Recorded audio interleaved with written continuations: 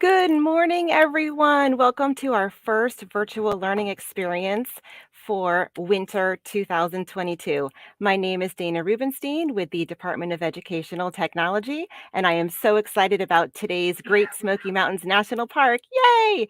So first we have a little bit of housekeeping to go over. We want to mention that this session is being recorded, so if you have any colleagues that are unable to join us today, this will be available on our YouTube channel.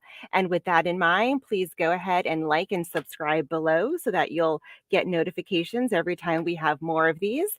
We also would like you to follow us on our Twitter at at EdTechPBC, and you can tweet at hashtag ETPBCPD.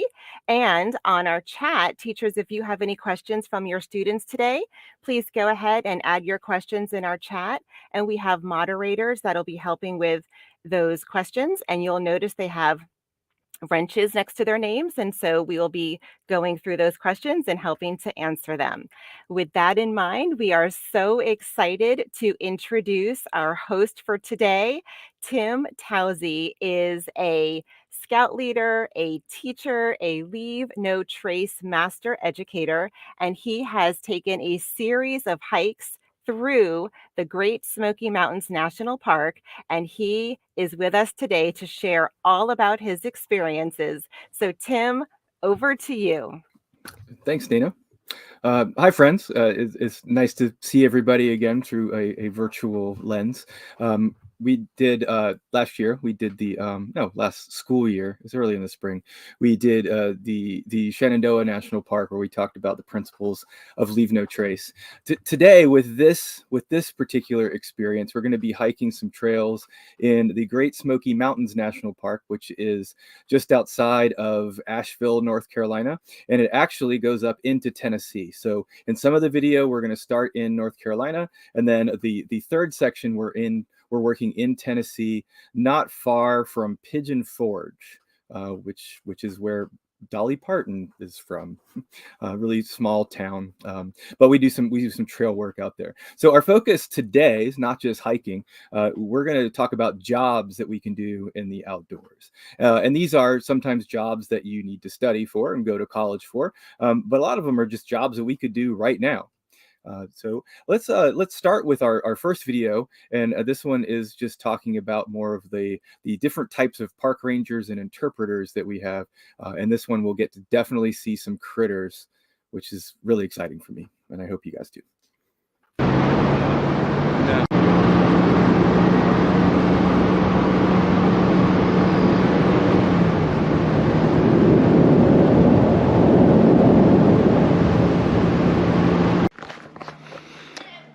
Hey friends, we're here today in the Great Smoky Mountain National Park, all the way to the ocean on the eastern coast. As you can see here in this little area, it's really foggy, and that's actually why they call this the Great Smoky Mountain National Park, is because the fog is so thick it often looks like smoke, and it looks like there's a fire up here, but thankfully there's not at the moment. And we're here today to talk about work and careers and things that you can do in the outdoors in addition to recreating. And we're going to meet with a park ranger here at Great Smoky Mountain National Park, who is actually also a volunteer coordinator, and we're going to do some volunteer work with him today and tomorrow. In fact, here he is. Yeah. Adam, how's it going? That's good. This is Adam Monroe. He is a park ranger here at Great Smoky Mountain National Park, and we're going to talk about a bunch of stuff, but not right now. I just wanted to introduce him and say, hey, this is a very different forest from Shenandoah. It's much thicker. Here's some nice features where the trail has some infrastructure built into it. And all this is made with materials that are pulled from the woods here. It's all built by the Park Service, but also volunteers. And that's going to be part of our focus with this session, is to talk about the benefits of work. We're going to meet up with the trail crew that's building some of that infrastructure that we talked about. It'd be kind of fun to check that out maybe help out a bit. We're coming up on a little footbridge here that you can kind of see some of that infrastructure. And all this is built with down trees and kind of cut to fit this area. So this one was all built by the Park Service and volunteers, which any of us can volunteer. There's another one of the foot logs over this really nice creek, little waterfall, no one around, just idyllic and peaceful. I'm really hoping we can find some critters this time.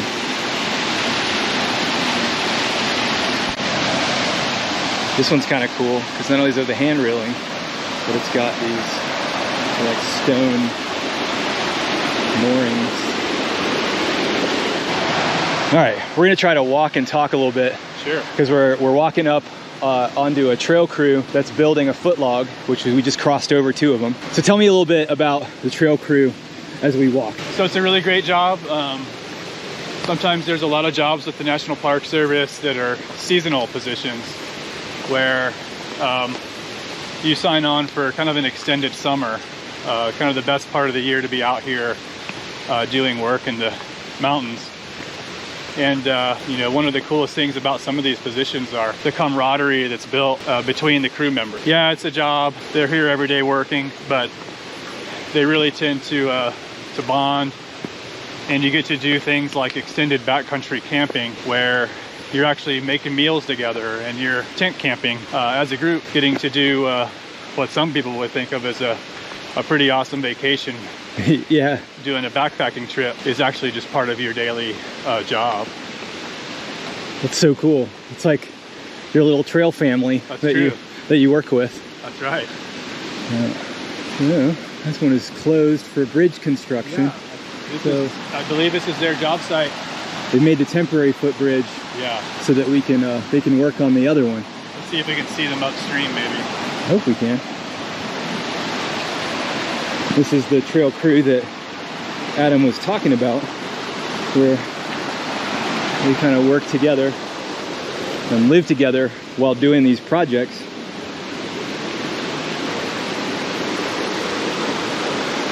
And this is their summer job. Like this one is definitely temporary, a little more rickety. Not make a. So out here, the materials like this temporary one really wouldn't last more than 5 years. Right. They would rot really fast. Yeah. Otherwise, we would use a different kind of material that is going to last for decades. Right. But this one does the job for now.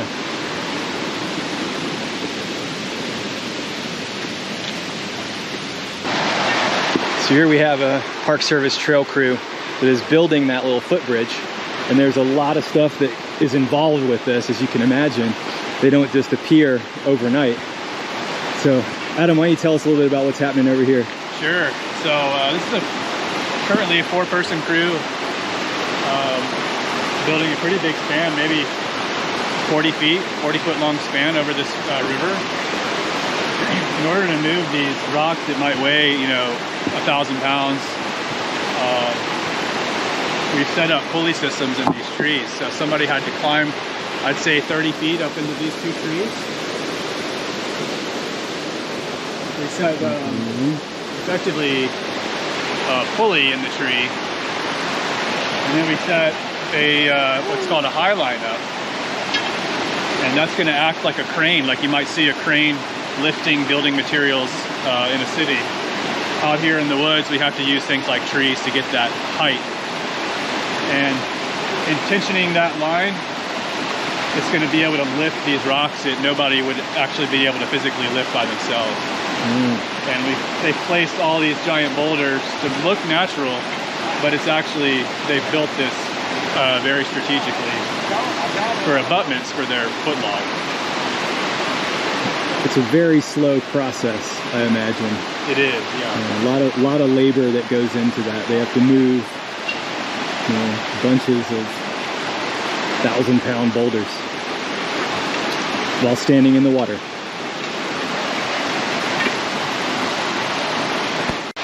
So we're gonna help operate this rig, and here Adam is working the brains of the operation, which is this winch. Yeah, this is called a grip hoist. This model here can actually lift 8,000 pounds. So you could have a 4-ton rock or car or whatever you have, and this would move it just by what I was just doing, just gently slacking the line or tensioning the line. So that kind of goes through the pulley system back down to that boulder that they're moving. This is a lot of the stuff that you don't see when you're just hiking on the trails and enjoying them, but you have to note that a lot of work goes into maintaining those trails and building those trail systems so that we can enjoy them. And this process of what they're doing with this footbridge, it's going to take weeks for a thing that we crossed in 20 seconds. It takes lots and lots of effort to make that happen.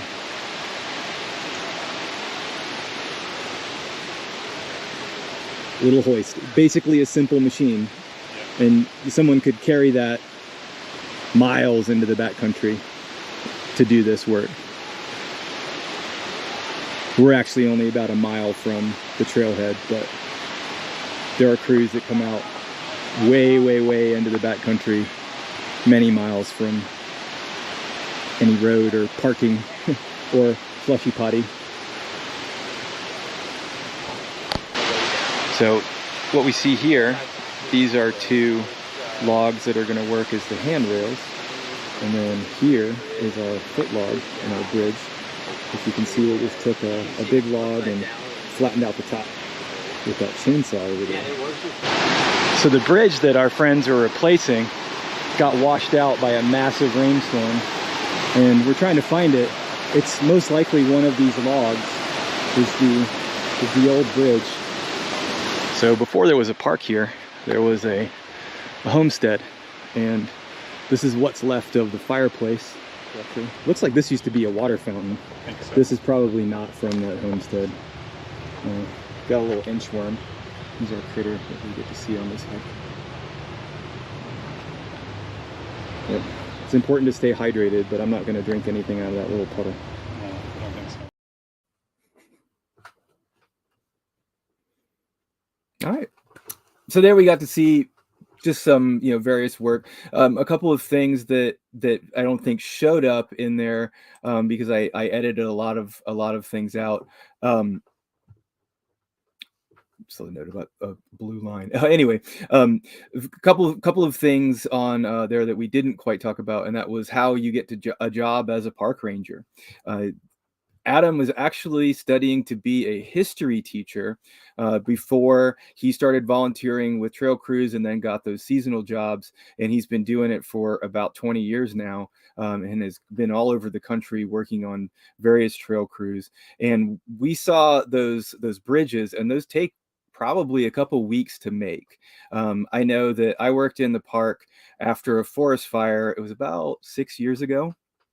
And we had to build, stone staircases, and I worked on that project for days, and we moved it we built maybe 8 feet, and it breaking boulders, using all of the natural features to make that infrastructure easier to hike for visitors. So what questions do we have? I'd love to answer some.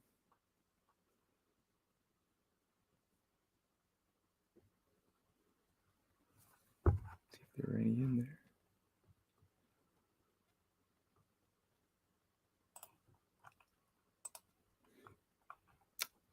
And if we don't have any, that's okay. A lot of work to make those bridges, and you can imagine that they wash out a lot from time to time. Okay, so we want to jump on to the next one. We're talking about an interpreter who's actually a farmer.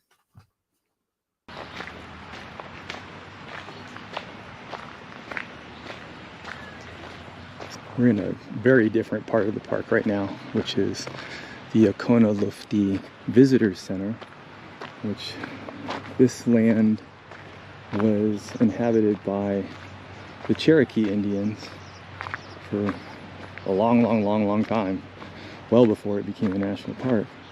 But this land is still grazing land for herds of elk. We're gonna check out this visitor's farm here, but I wanted you to see this guy over here. It's just a lone elk. We're not gonna get too close to him, but there are times in the morning, early in the morning, when this whole field has lots and lots of elk. But this guy came out for a little midday snack, and let's see if we can get a good look at him while also giving him plenty of distance. You know, see, these fields are closed and the elk are here. There's just one elk. He's a pretty one. Don't want to get too close. That rule of thumb. So if I can't cover him with my thumb, I'm too close. It's about as close as I'm going to get to him. He looks like he might be pretty used to people, so he might be able to get I think he can get a snack. So he's coming right up to this trail, but I don't want to spook him because I'm in his habitat. He's not in mine. So cool. Here we have a plaque honoring the Civilian Conservation Corps, which was a group of people who built the roads, trails, bridges, buildings, and campgrounds and picnic areas in the national park. In fact, the Civilian Conservation Corps existed all across the country after the Great Depression as part of their Works Progress Association to give people jobs. And they did a lot of stuff to build the national park. So a lot of those trails that we hike today were originally built by the CCC, and this is just a plaque to honor them. It's important to think about that kind of stuff. And without them, we wouldn't have had these trails, and well, we certainly wouldn't have this park. We got some critters here. These are some hogs, and it's very important in the parks to check out the signage, because while these piggies are really cute, they can also bite you. You don't really want that. But hear about how pigs like mud, the proper pigsty. And then this is one case where you might be thankful that you can't smell through the video, because it smells pretty gross. Hey, buddy.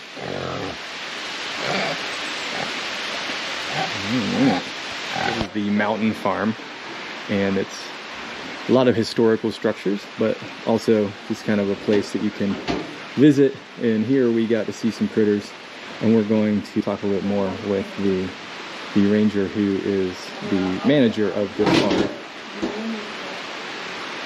Here we have a horse and a mule. There we go. We're gonna lure him out. Just kind of say, hey, you know, I've kind of done a few bits of extra pieces, kind of help out, and you can kind of say a couple things. And here we'll meet our friend Jane. And Jane is a very pretty mule. Mm-hmm. She's a Belgian cross mule, so a Belgian horse, really large horse, and a big donkey. Jane actually did trail work here in the Smokies for about 10 years, and so she's 21 years old now and pretty much in retirement. We also have Scout here. Scout is a paint horse, and both belong to a local farmer, so you get some of the animals here on the farm from local farmers. They come back and pick them up normally in the fall, and when the farm kind of slows down for the winter. Very cool. So that's a part of my job here in the Smokies, is to care for the animals that we have here on the farm, take care of the historic structures as well. So opening and closing the farm, feeding animals, feeding livestock, all a part of the job. Very cool. And how many visitors would you say you have on a daily basis? I would say we probably have somewhere in the neighborhood of 1,000 people that visit the farm on a daily basis. Normally see people start to come out onto the farm about 10 o'clock in the morning, all the way through, I mean, after the time we leave for the day. Yeah. So somewhere between 1,000 and 2,000 people a day, I would say, would be average. It's a lot of people. So it's a high impact area. Yep. Okay. Well, we're kind of hiding out here in the rain a little bit. So would you mind telling us a bit about how you found yourself working with the park system? Sure. The park service? Started out with the park service while I was in college, in school. Got with the park service and did like summer internship opportunities. Did a couple seasonal, like summer seasonal positions while I was still in school. And then got with the park service from there after I graduated. Very cool. What did you study? Animal science and agriculture. All right. Yeah. Very cool. Seems to be very helpful skills in dealing with a mountain farm. It does help, especially when you have the animals here on the farm. I like the pigs as well, and trying to give them dewormer, noticing signs or issues with animals as soon as possible to help, remedy any issues or illnesses they may have. Very cool. Well, Scout really seems to appreciate all of your labor and efforts. Yeah. Well, thank you. You're welcome.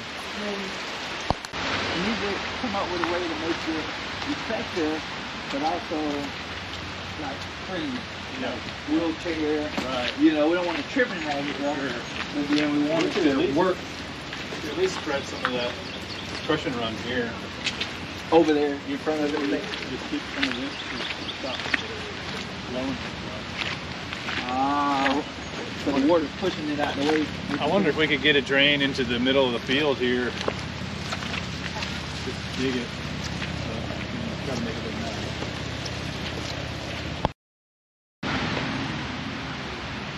A little chicken coop here. We're just hanging out, staying out of the rain. Not the Sasquatch that we were looking for before. Definitely not any bears, but critters nonetheless.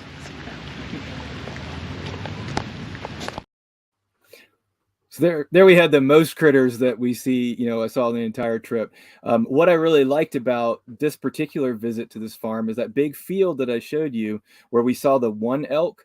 Sometimes that field is completely covered with giant elk herds. There's a herd that kind of walks through the camp or walks through the park every year. And I was talking with a friend outside of this experience who said that they were once driving through and there were just elk walking along the road and it caused a traffic jam. And their dog was going crazy about that. So there are a couple questions that were in the chat that I want to talk about. There we go. So the types of trees, there are a lot of kinds, mostly spruce. So we saw in that first video where that forest was pretty dense, or the first part of that video was really, really dense forest. That was a spruce forest. And that is up near the highest point in the park, which is Klingman's Dome.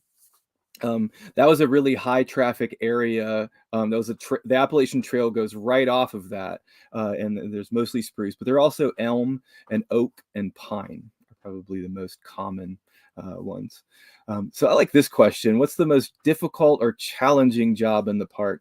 I think that's all relative, and I feel like if you talk to most of the rangers, they will say that their job is the most difficult or challenging job in the park. But I would probably say that the rescue crews have the hardest job because they're called upon when people get lost. So they'll have to do search and rescue within the park.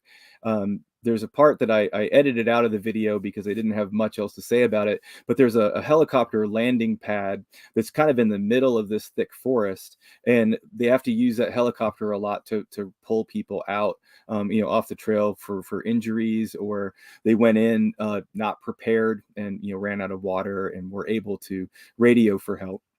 Other than that, I have a really healthy fear of machinery, gas-powered machinery, and those guys carry chainsaws and these giant pneumatic drills into the backcountry. I think a sawyer, the person who operates a chainsaw, I think that's a pretty challenging job because you have to have those trees secured because those are heavy trees. And then the rule of thumb. I'm glad that you asked this one. So that was a wild elk that we saw. He was not in the confines of the farm. He was wild. So when we're in the parks, we're visiting their territory. They're not there for show. We're visiting them in their habitat. So the rule of thumb is, when I can't really show it on the video, it's when you stick your thumb all the way out and close one eye, and if you can't cover that animal with your thumb, you're too close. So you want to stay pretty far away from those animals, because they're really easy to spook. And I would not want to spook an elk, because you couldn't really tell, but they're big and they will trample you. So we have, what is the most common animal you would see in the park? I gotta be disappointing. It's boring, because it's just bugs. There are bugs everywhere. In fact, insect species far outnumber any other kind of group, like any other kind of animal. And that's worldwide. There are far more bugs than there are, mammals and fish and people. So what animal is there that was the hardest to spot? That's hard to say, because there are a lot of critters that are all over the place that we can't see. Sometimes the one you really have to watch out for, though, are ticks. Ticks can be very, very small, and they can land on your body. The deer tick, I think it is the teeny tiny. It looks like the size of the head of a pin. And most people, when they get them, they just think that they had a bug bite that had a little scab, because that's what they look like. But that can be very dangerous. And if you do get a tick, you want to watch for any swelling or discoloration. If it starts to look like a red target, get to the doctor pretty quick, because that is an indicator of Lyme's disease. Oh, this is great. So the question about invasive species and plant and animal life. Our next video that we're going to be doing in the spring is all about invasive species, but invasive plants, which I think is really kind of interesting. There are tons of invasive species, because the park does, butt up against like some pretty high populated areas, and the park itself can be pretty highly populated. But a lot of that comes into the park from people either bringing in firewood. They tell you, don't bring any firewood into the park, use what's there, because a lot of little bugs and things will come in there, and sometimes they can introduce some different tree blights. And one of the things that you see is these giant trees that get sick, and some of them, like the Great American Chestnut, are basically extinct. These trees don't exist anymore because different blights or invasive insects got into them. How old do you have to be to start working in the park? That's a great question. In a document that'll be shared with these resources, there's a link to the Kids in Parks program. And there are actually volunteer days that anyone from elementary school to college age can work on there. So pretty much whenever you want to start working in the park. If you want to get a job as a park ranger, those tend to go to older folks that have worked on trail crews, or have gone to school specifically for forestry. Well, you saw that Michael there, he went for animal science. One thing that's really funny about him, he has a really cool sports car. I don't know what it is. If I venture to guess, it would be wrong. But he has this really cool, sleek black sports car that has a trailer hitch on it, and he carries around this big trailer that sometimes has horses in it, sometimes has pigs. It's pretty fascinating, because you don't tend to see sports cars with trailer hitches like that. Let's see if there are a couple more questions that I missed. Okay. So one of the interesting things about these jobs in parks are, you could go to school for them, but a lot of them you don't have to have gone to college to work on these jobs. And as Adam mentioned, many of them are seasonal. And most people who get careers in parks start out as seasonal workers to kind of like learn the ropes and make their mark and kind of demonstrate, how hard workers they are.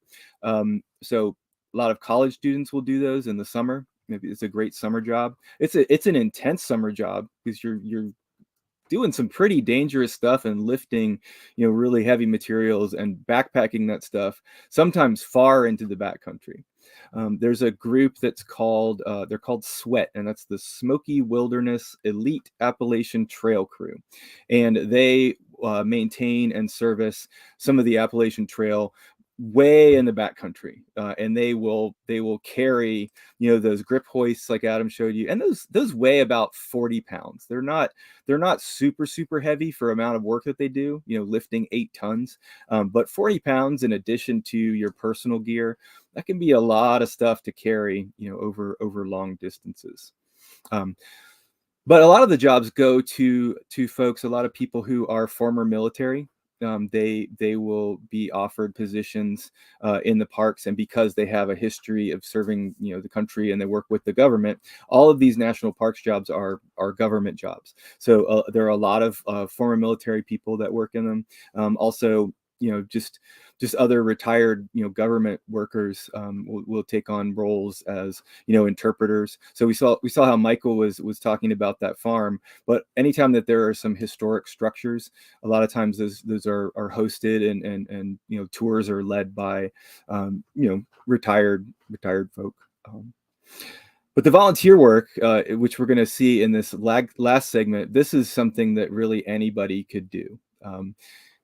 And we're going to talk to a number of those folks and see, the kind of stuff that they do.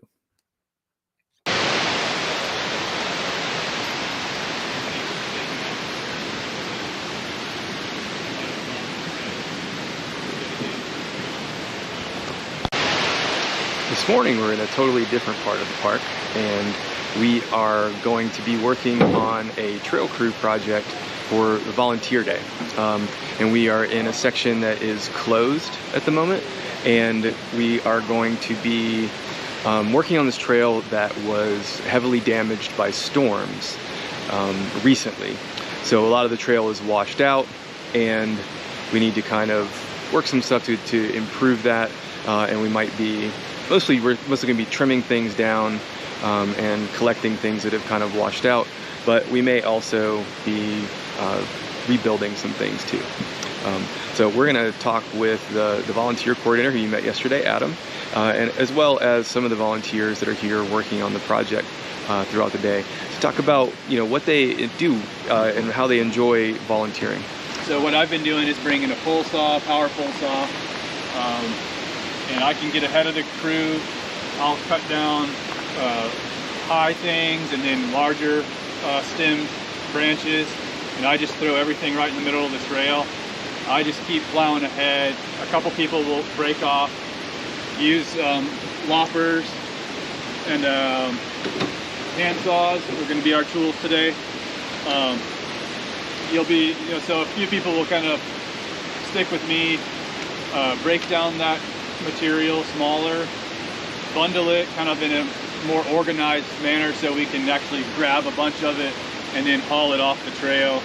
We're trying to stash it behind a tree, get it down away from the trail so when hikers are walking, they don't just see a bunch of trash on the side of the trail. Other folks will take their own hand saws and loppers and be pruning back vegetation, taking their own section. We have a pretty high standard of just not leaving like stobs sticking us in the eyes, things like that. Maybe the branches, we want to cut this branch, it's eye level, but we might have to take it way back down at the base of the tree. So it ends up being a lot of work, really taking that stuff back to where it looks nice. As far as our safety, that's our #1 priority out here. It's probably going to be pretty hot. Everybody has great gear, food, water with them for the trail. Wear our gloves when we're handling these tools. These hand saws tend to cause more accidents, we say, than chainsaws, because the chainsaw you're taking real seriously. A heads up on closing it on your fingers, snagging it on your leg or something like that. They do lock into place. And then with the loppers, try to not take on too much stuff.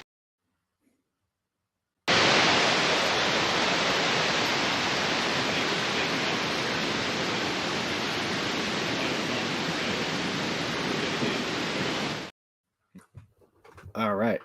So there are a couple of questions that came in that we can talk about before we head into that trail project. Let's see. There was one about poison ivy. Oh, why do I like to hike? Walking is the most honest and cheapest form of travel. And I don't know. I think it's I would like to get into nature, and in a lot of the parts of the park, there are a lot of people. Part of the places where Adam and I walked, there were nobody. There was nobody there. And you might have noticed how that video, uh, one of the videos was really choppy. I'm not a video editor, but I tried to cut out a lot of the heavy breathing because we were climbing up a pretty significant, you know, elevation. But I really like the challenge of, you know, working towards something, and feel the sense of accomplishment of having done that, you know, on my own. And I also just find it really peaceful to be out there in nature and being almost like swallowed by it. I find it, you know, almost spiritual because it's much bigger than we are, than any of us. And I like to go on really long hikes, sometimes to get views, but mostly just to, you know, kind of cover a large distance on foot and really slowly take it in, you know, because so much of what we see is taken through, you know, either the internet like this, or through the windscreen of a car. That when you actually get there and put your feet on the trail and walk through it, there's something that's almost meditative about it. The sound that you hear from your feet, the sounds that you hear from nature. I really love that stuff, and it makes me feel, I don't know, makes me feel really good. Is there poison ivy in the park? There's quite a bit of it. There is also poison sumac and poison oak. These are things to look for, but poison ivy is going to be the most common. So poison ivy, it's leaves of 3, they say, but it's kind of hard to tell because there are lots of other plants that have 3 leaves. So the thing about poison ivy that I find, if you put your hands like this, right, and you have 2 thumbs, the middle leaf is going to look like this. It's going to have, you know, 2 little kind of points on the side. And then if you look at it, the other 2 leaves are going to be like this one. So you have the one in the middle with the 2 spiky leaves like that. And then the middle ones have just, you know, the one little spiky leaf like that. And it grows around trees. And sometimes if you're hiking in the woods and you see like a vine that's running up a tree and it looks kind of furry, don't touch that. That's actually poison ivy. And there was a trail crew that had been working. It wasn't this one, but I heard tell of a trail crew that had been working on the same spot for a long period of time, and they had to crawl under this little thicket to get to where they were working. And everybody who went through it was really itchy afterward. And then they noticed, you know, a couple of days in, that there was a giant poison ivy vine that they hadn't seen as they went through, and they were rubbing it each time they went through. But it's really itchy. The best way to treat poison ivy, they sell some products that are really expensive, but a really high quality dish soap, one that's going to raise oil to the surface, like Dawn is a really good one, because you know that they use that to clean up aquatic birds after oil spills, because it has a really strong, I don't know exactly what the scientific word is, but it pulls all the oil out of the surface so that it can be wiped off. Dawn dish soap is great for poison ivy. So the altitude of Great Smoky National Park, the highest point, which is Clingman's Dome, I don't have the exact number, but it's probably around 7,200 feet. Somebody will check on that. I'll check on that in the next section and get the exact height. But it's really, you know, about 4,000, 3,500 feet up. And then the highest point, it goes up to about 7,500. And there was another one that I wrote down. What's the poison stuff? Why I like hiking. Altitude. Okay, maybe that was it for now. So this part of the park has actually been closed for quite some time. This is the Ramses Cascade Trail, and you can get a sense of the kinds of things that we're doing.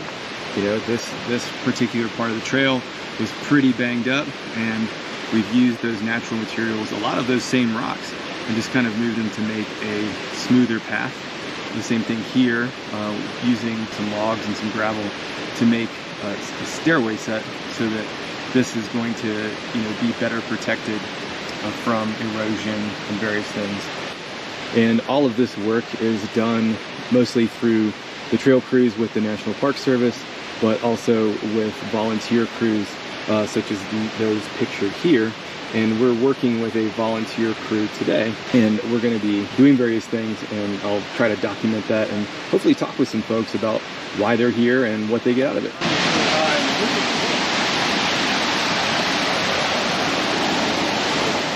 Trails for Every Crew says, look at the work we did. And someone says, no, that's CCC work. We say, thank you very much. That's a compliment. Check out that gigantic mushroom.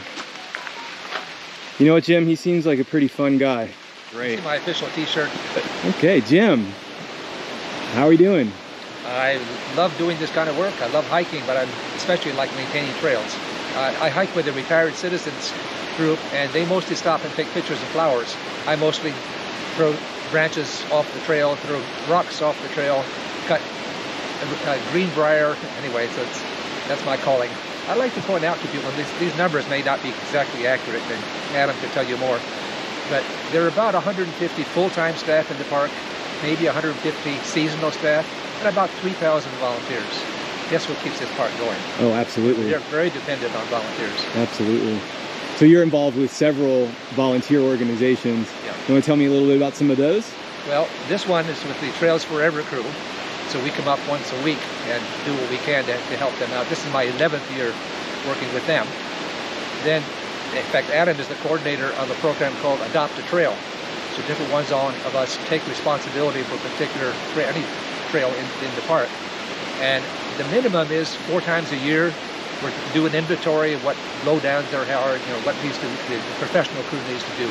But as much as possible, we lop the branches and try and keep the vegetation back, roots that might trip people and rocks that might trip people. Anyway, we do what we can with our just a hand tools on those.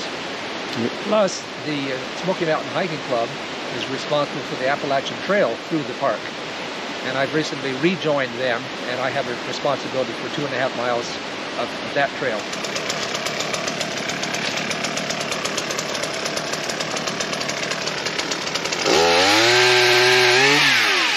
So I am the Trails and Facilities Volunteer Coordinator for Great Smoky Mountains National Park. The way I like to describe it is any kind of hands-on manual labor type position in the park.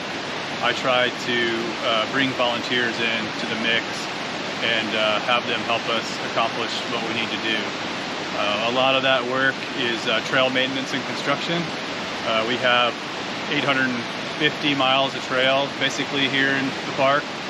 So to maintain all of that infrastructure, we can use all the help we can get.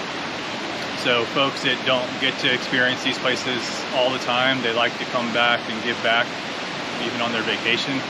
We've got a lot of local folks that are here. So these piles of rhododendron are going to be hauled into the woods, never to be seen by people again. So I'm a tour guide. I lead hiking tours and backpacking tours. Hiking tours being single-day trips and backpacking tours being multi-day trips. So we get all kinds of folks. We get families, business people, people going out with their teenagers, their college-age kids. We get older folks. I've hiked with people who are 75 and 8 years old this year. So how did you get into this work?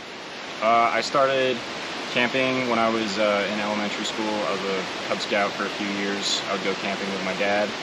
I got into backpacking and hiking more seriously when I was graduating high school and going into college. And then in college, I worked for our school's outdoor leadership program. So we did some basic training to be an outdoor guide. I worked there for 3 seasons, and I led caving trips, mountain biking trips, backpacking trips, and a few kayaking, flat water kayaking trips. For this volunteer work, I just found a link just by Googling, and I found contact information and get in touch with someone here. So it's easy to jump into. I didn't know what I was doing in college. I didn't end up with a degree that I started out studying. So it was a good way for me to be engaged in something and do something that I was interested in and passionate about. And it is definitely who you know and what you attempt to get involved in. I know when I was still in high school, we ran a mentorship program for middle school students. And they would take high school seniors to work with them, and we would do similar outdoors trips.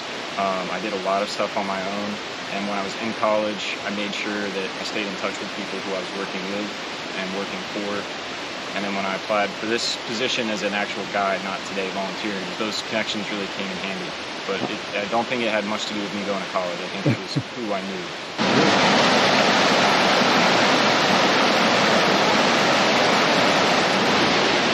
Sadly, this concludes not only our trail project here at Great Smoky Mountain National Park, but also our visit. And I want to thank Adam and Michael and Jim and Connor for their contributions and sharing their stories. I can't wait to come back to do some backpacking, some more hiking, but right now I really just can't wait to change my clothes. I am so sweaty. That was a very particularly humid day, and it was really, really hot. We filmed that back in July, and very, very hot, as I'm sure you can imagine in Florida. There were a couple of things that came up there that I really liked. You saw Jim. Jim is over 80 years old, and he is just as active as anybody else in these on these trail crews. I actually met Jim about 5 years ago, and when we were working on that staircase project that we were talking about. He's really, really active with multiple groups, and it's really how he spent his retirement. I can't remember what he does or what he did prior, but I believe it was involved in science, and he has PhDs, and he was a professor, I think, for some period of time, and he worked with the government. But now he's in retirement, still enjoying that work, and he doesn't want to stop, and it doesn't really I don't think he's going to slow down any. And I find that there's a lot of folks in outdoor work like this that are much, much older than a lot of people you'd expect to see on the trails. So, I mean, I would argue that doing this kind of work that you love and it keeps you active and fit, it can extend your life. And I think it definitely, keeps you younger looking. But when Connor was talking there, he mentioned how he went to school to study, went to college to study different subjects, and ended up getting the degree and doing nothing necessarily with that degree. So one thing that I really wanted to emphasize here is that there's a lot of work that you can do, not just in the parks, that doesn't require a college degree, and you can learn just a ton of stuff. There's also a lot of jobs like Adam's, his does require a college degree, but it was in history. He was studying to be, a social studies teacher, and ended up working in the park. So a lot of those skills will transfer. So learning is learning, and being able to share what you've learned with others, really, really valuable skills, especially in, the trades and, operating chainsaws. You got to listen to those instructors, because I think can hurt you. I liked Adam's joke about how the handsaw is, more dangerous than the chainsaw. It's actually not really a joke. Those things can put a pretty big cut. You can lose fingers. Those loppers as well. They say don't cut anything bigger than your thumb. Also, don't cut your thumb. It will take it off pretty quickly. Were there any other questions? Oh, there was the one about the altitude. I did mess that up in the break. It's between 876 feet is the lowest point, and 6,643 is the highest elevation at Clingman's Dome. A lot of times when I'm out there, it all kind of feels the same. It's high up, and you're climbing higher and going down. Tim, that was so amazing. We are so thankful for your vision going through the park, and for those that we're all in Florida and we are at sea level, and for your experiences through the park. Can you just share for a minute how many days did you spend in Smoky Mountain, and you camped there, and just tell our students a little bit about that experience? Yeah, so this time I was there for just 2 days. Actually, no, it was three. I came in pretty late one day, and I stayed in a hotel, and then I was around for 2 other days after that, and left after that trail crew project. But a lot of times, I'll go on trips to parks where I'll camp there, and I could stay there. I think the maximum by law is 15 days. I feel like I could I could camp that far. I don't know that I'd want to stay in one place for 15 days. Well, I'm sure that you could do a whole nother virtual learning experience about camping. I really could. Camping and backpacking. I'd love to do that. I know, and you are so amazing. So thank you for teaching us all about your experiences, and we've learned so much, and we just love learning about a new place because again, from Florida, we don't get the benefit of going through the Smoky Mountains. So we so appreciate you hiking and being our eyes and ears for us and interviewing the park rangers and seeing the animals and really getting just to have a new experience. So thank you again on behalf of all of our students. And with Absolutely. that in mind, we want to mention that we have additional learning experiences coming up tomorrow. So please join us at 10 a.m. We are going to be live from Loggerhead Marine Life Center, and we are also going to be joining live tomorrow at 1 p.m. from Manatee Lagoon. So hopefully we'll be able to see some manatees now that the weather is cool. I hope that they'll be out. And again, if you can't join us at those particular times, they will be recorded, and you can find all of our recordings on our YouTube channel. So please go ahead and watch those recordings on the YouTube channel. We also have some professional learning coming up on January 3rd. We have the Adobe Creativity Institute, Pear Deck 101 and Pear Deck 201. So if you are interested, those are all available in e-learning. So go ahead and register. And if you would like to join us on January 4th for the Fines Research Elementary Part 2, that is going to be streaming on YouTube as well at 2:45. So if you follow us on our YouTube channel and on our calendar, you'll be able to watch that as well. Again, everything is on our website at edtechtraining.palmbeachschools.org. And on behalf of the Educational Technology Department from the School District of Palm Beach County, thank you so much for joining us today and have a fabulous week. Happy